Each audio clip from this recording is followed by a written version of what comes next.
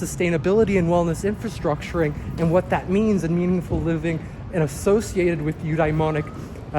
factors that promote optimal well-being involving psychological healthy functioning and physiological healthy functioning that are based on psychological laws and truths and couldn't be otherwise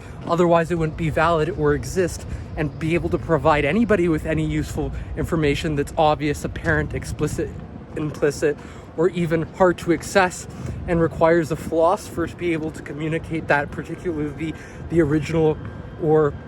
individual who possesses the individual differences and understands and can provide direct knowledge and guidance on that information as they instantiated it and have the unconscious as well as the conscious and subliminal conscious and sublime conscious elements needed to construe that, convey it, and constitute it through their virtue ethics and virtues that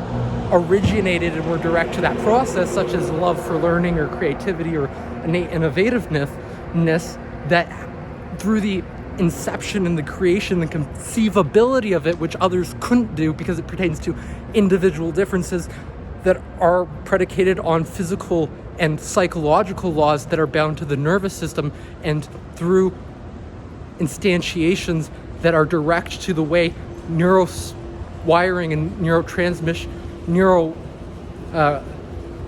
different regions of the brain and the nervous system are configured in relation to an individual's particular genes and epigenomes, and these individual differences that directly store a certain set of information that is not the same as any potential information and is limited and confined to a particular set of genes and genomes, and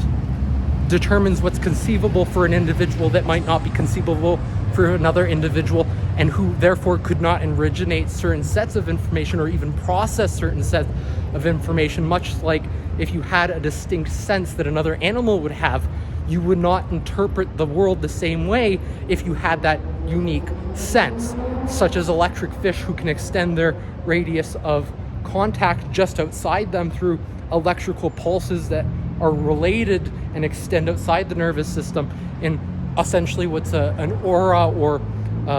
a general apparatus that encompasses them and extends the functions of the nervous system that we don't necessarily have the direct, but we could form the indirect capacities to be able to understand or extend our sense, much like, say, we could do so for vision and create a camera that allows us to remotely view individuals through the capacities and the functionalities enabled through the structures of our minds.